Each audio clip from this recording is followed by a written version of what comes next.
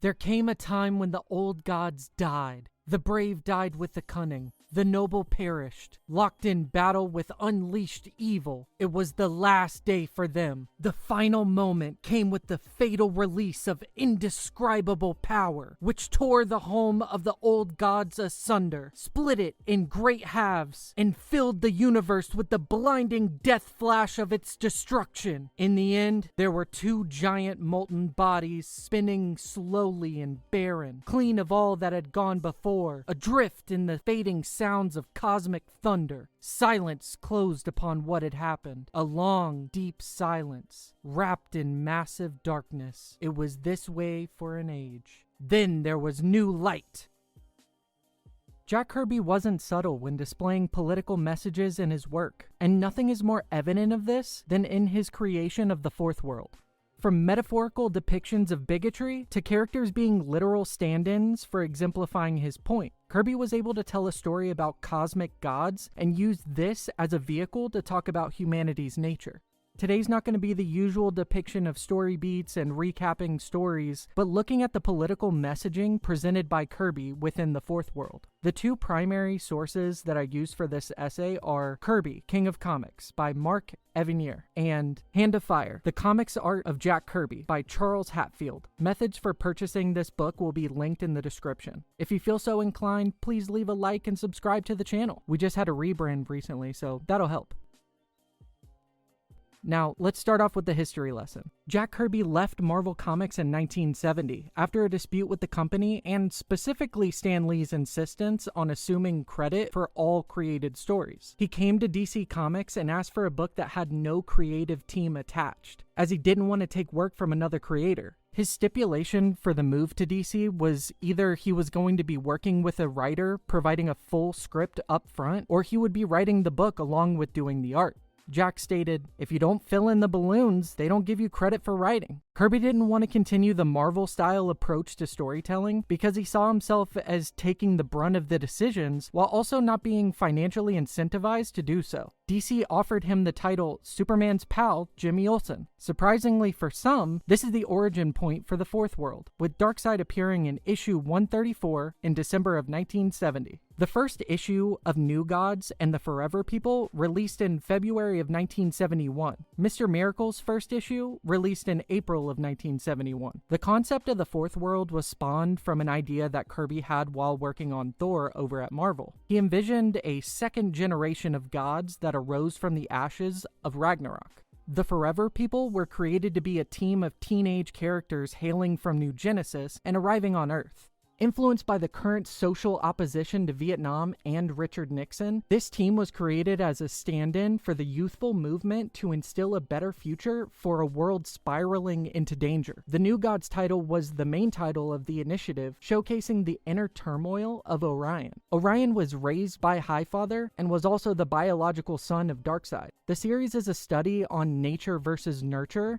and focuses on Orion's journey of self-discovery. Mr. Miracle was a series that focused on Scott Free, the biological son of Highfather that was taken in by Darkseid. Scott was forced to learn the means of escaping from the machinations of torture when raised on Apokolips. Scott flees from Darkseid's domain and takes residence as a super escape artist on Earth. Mark Evanier, author of Kirby, King of Comics, states that it was also inspired by Jack's own feelings of confinement in his own career and his eternal grasping for some way of breaking free. Due to the fact that the Fourth World was a high-concept and wide-sprawling epic, fans had a lukewarm reception to the titles at the time. When DC increased prices for individual issues from 25 cents to 50 cents, Marvel responded by pricing issues at 20 cents and offering better conditions for distributors. This, of course, would result in lowering sales for DC books and lead to lower-selling titles to be put on hiatus. And what that really means is that they would be quietly canceled unless fan demand called for their continued publication. The clamoring for continuation never came for the Fourth World, so it left Kirby without a method for continuing the titles. Now that we're done with the history portion, let's answer the main question of the video. What is anti-life? In the Fourth World saga, there's a physical battle between New Genesis and Apokolips. The battle is also fought through ideology of life versus anti-life. Life is the manifestation of hope and unyielding optimism, the freedom of choice for all and the rejection of control. Anti-life, on the other hand, is the manifestation of hate and bigotry, the acceptance of doom, the hopelessness of fear. Anti-life is able to be spread through rhetoric, and with its spread, the strength increases for Darkseid's forces. Throughout the stories, anti-life is consuming, but is not an equal and oppositional force to life. Anti-life is the illusion of hopelessness, while life is hope. While experiencing anti-life by way of fear, it can be overthrown by the power of life. This same idea is expressed from a famous quote that you might know from Martin Luther King Jr. by stating, "Darkness cannot drive out darkness. Only light can do that. Hate cannot drive out hate. Only love can do that." Walt Simonson refers to the anti-life equation as, quote, Kirby's comic book reification of fascism and fascism's spread impacting Kirby's life. In Hand of Fire, the comics art of Jack Kirby, the author Charles Hatfield talks about Kirby's Fourth World by stating, "The dualistic premise allowed for him to use his heroes allegorically, to personify ideas that matter deeply to him. The animation of the saga is a not-so-subtle subtext, that the essence of the human life is choice, and that anti-life represents the negation of choice, that is, absolute domination." He goes on by stating, Kirby's Darkseid conjures chaos in his assaults on Earth, but only with the ultimate aim of ferreting out the secret of anti-life and thus enslaving all beings. Darkseid, in short, is the state at its most monolithic and tyrannous. In sharp contrast, Kirby's treatment of characters such as the Forever People and Mr. Miracle represents the possibility of radical freedom. Kirby shows that the power of unity and freedom breaks the power of pessimism and oppression. Now going into the story, the subtext is the text. Now what I mean by this is whenever you look at Darkseid's minions, de Sade is a homophone and a reference to the French writer Marquis de Sade. I hope I said that right.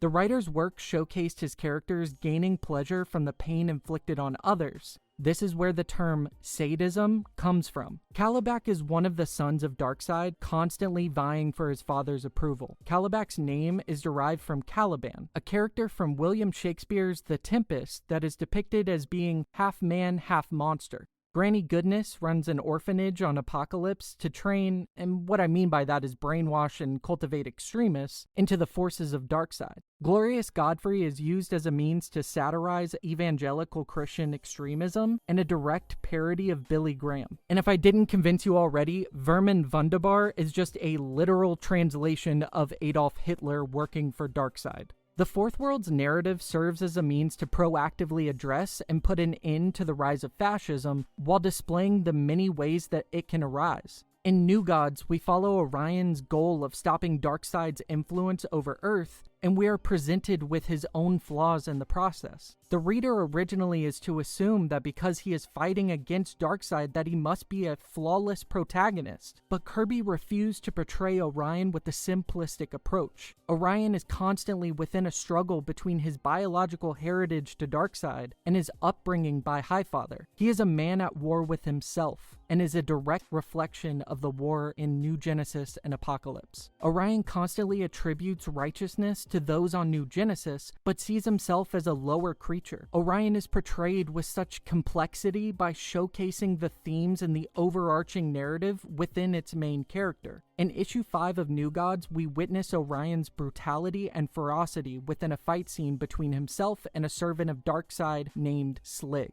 The scene shows a knockdown, drag-out fight between the two, with Orion ultimately gaining the upper hand. He means to put an end to Slig, but first goes for destroying Slig's mother box and stating, "Ah, I see that your counterpart mother box is where her guidance is solely needed, near your head. But she'll protect you no more, you demon. Like you, Slig, she must be rendered inoperative. Listen how she voices her fear. It's sad. War is terrible and sad. When even such wondrous mechanisms must pay for the flaws in us. The pressure increases. She must cease to function or destruct." After destroying the mother box, Orion shouts in glee, "She's gone, Slig! When she couldn't serve you, your mother box chose to die! She loved you, Slig!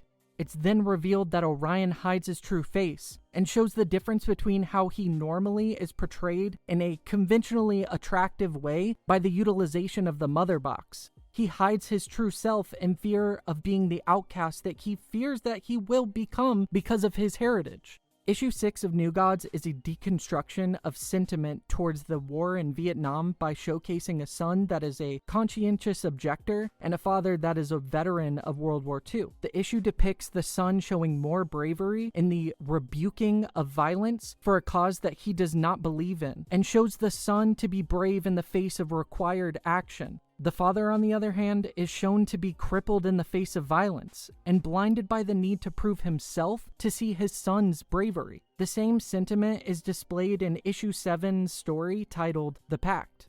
This serves as an origin to the battle between New Genesis and Apocalypse, between High Father and Darkseid, between good and evil. It depicts both rulers grasping for power and attempting to destroy each other. When Highfather is forced to grapple with his de-evolution towards hate, he realizes he's become what he has attempted to defeat. In this state of great loss, he's searching for absolution. He discovers the source. The source is described as the uni-friend, or the friend to all. With his discovery, Highfather renounces his past actions and searches for peace. The pact serves as a man's discovery of faith through trauma and a rejection of war. Due to the war in Vietnam occurring simultaneously, it serves as Kirby's own rejection of war and the unjustifiable consequences stemming from violence.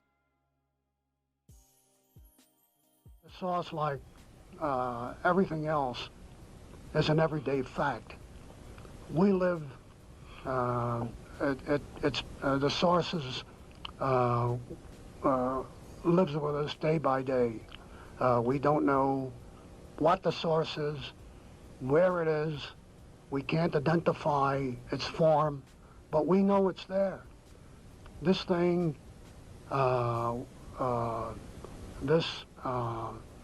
this tremendous thing governs our lives, and somehow we can all feel it inside.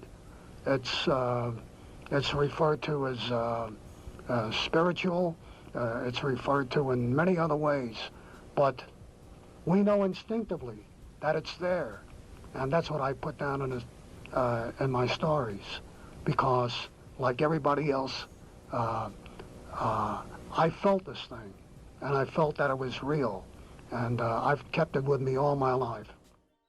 In Issue 8, Forager and the Bugs are introduced, and it's seemingly an allegory for segregation and the folly of nationalism. The Bugs reside on New Genesis, but are viewed as second-class citizens, living beneath the feet of what is basically a metaphor for heaven, subjugated by New Genesis, and not seen as a part of the pantheon. It serves as a critique of bigotry and also is seemingly a commentary on structural racism and inequality, even in a society that's an analog for heaven. This concept was introduced late in the publication of New Gods and wasn't able to be fully expanded upon, but it does beg the question, where would this story lead?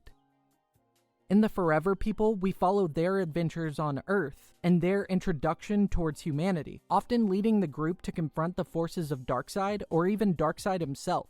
Mark Evanier talks about Glorious Godfrey by stating, Kirby was appalled at some of Graham's apocalyptic sermons, which, to Jack, were more calculated to instill fear than faith, and to stampede people into service of Graham's causes. Jack called the foe Glorious Godfrey, the name of a Kirby-esque pun. The comic book evangelist was God-free. The main reference in the visual came from Billy Graham. Not evident on the pages he drew was Jack's belief, which he expressed on several occasions, that Graham and the president he counseled, Nixon, were both virulent anti-Semites. Kirby used this as a means to showcase the use of apocalyptic rhetoric to breed dominance through control. This is a running motif identified throughout the Fourth World. Kirby used Darkseid and his forces as metaphors for fascism, drawing allegories between right-wing extremism and the rise of authoritarian regimes.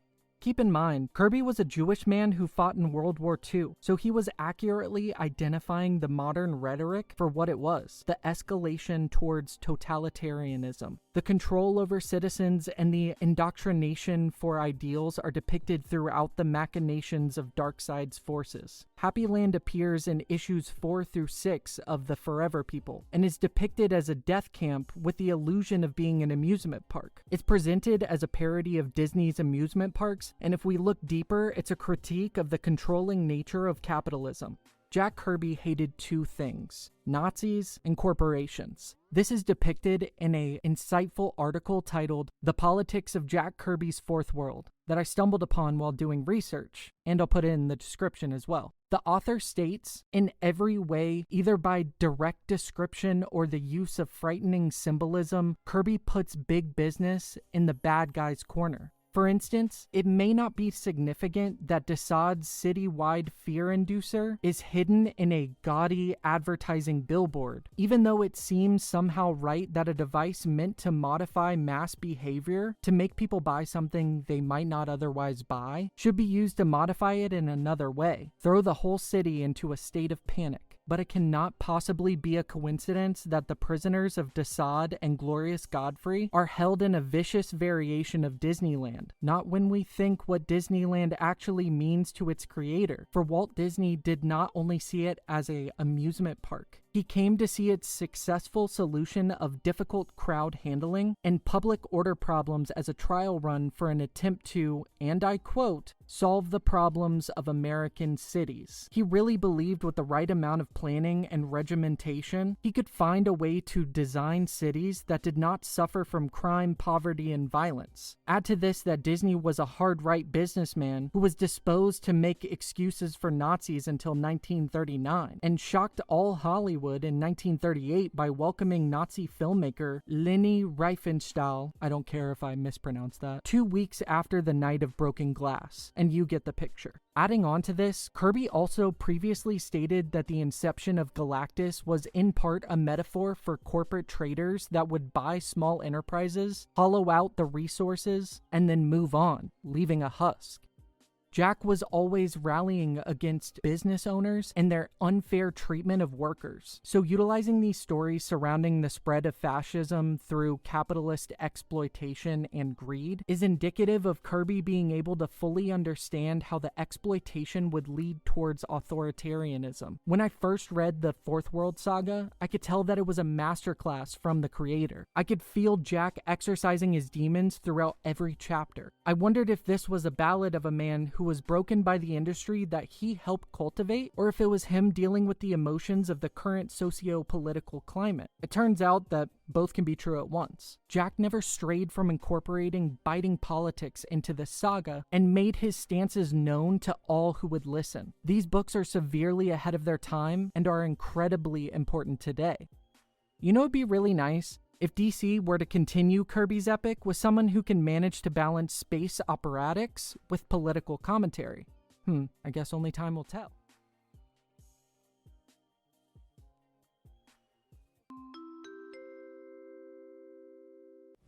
These stories worked because they had a core of truth. Now, in the New Gods, the core of that story was that a father will never hurt his own son. Now here I have Darkseid, the most evil character ever created. I can tell you, he was the epitome of all evil. All this fellow wanted to do was own everybody's mind and completely run the universe by himself. And you can't get more affectatious than that. But he couldn't control his own son. And of course his own son became his worst enemy. And there was nothing he could do about it. He was continually frustrated. And if you look through the books, you'll find that Darkseid, although his son is one of his worst enemies, and they have the fiercest of confrontations, that these confrontations will kind of destabilize. The situation would come to stabilize, and the father and son will somehow find themselves in other situations. in which this confrontation vanishes. And Darkseid will suddenly find himself in some other situation where he can feel free to do his deviltry. And of course, Orion will try to stop him. Orion is his son. And that's one of the truths that I always knew existed. A father will never hurt his own son. And so that was the core of the New Gods. And of course it worked, it was true.